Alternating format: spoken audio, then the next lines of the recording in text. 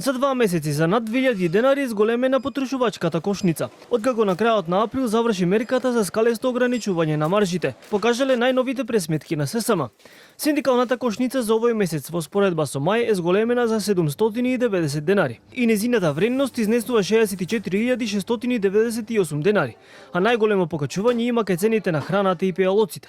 Дел од граѓаните пред камерата на Канал 5 велат дека најголем ценовен скок забележале на дел од млечните производи, кафето и маслото. Сметаат дека мерките од минатото дале резултат и очекуваат нови мерки што поскоро. Големување, па во последно време мислам дека на млечните производи само на кашкавалот и на сувомесното, на друго мислам дека не. Од овие мерки до сега владата што ги даваше, имаше некоја заштита. Очекувате, претпоставувам? Точно, да.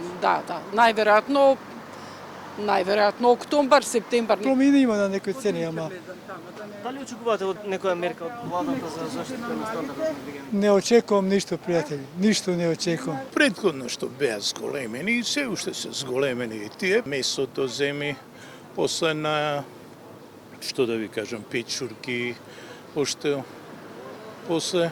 Па ја мислам на се останато не може да издвоиш нешто посебно. Би било потребно, затоа што недостаток на средства, на пари. Заменик министерот за економија Маријан Ристевски пред неколку дена кажа дека како влада ги следат состојбите и доколку има потреба, не исклучи воведување на нови мерки со цел заштита на стандардот на граѓаните. Вратени се дел од цените на производите како што беше пред одлуката која заврши пред 1 месец и повеќе. Има мало покачување на одредени цени, некои се останати на исто ниво цени, меѓутоа имаме поголемо зголемување на цените на кафето и маслото кои се берзански производи, зависат од светските берзи. Доколку заклучиме дека има потреба да се донесе нека одлука и мерка, тоа ќе го направиме во интерес на граѓаните и заштита на животниот стандард. Инаку целосниот извештај на Државниот пазарен инспекторат за зголемување на цените се очекува да биде готов и презентиран од понеделник, пошто ќе се знае дали и со какви казни ќе се соочат прекршителите кои не ги почитувале законите.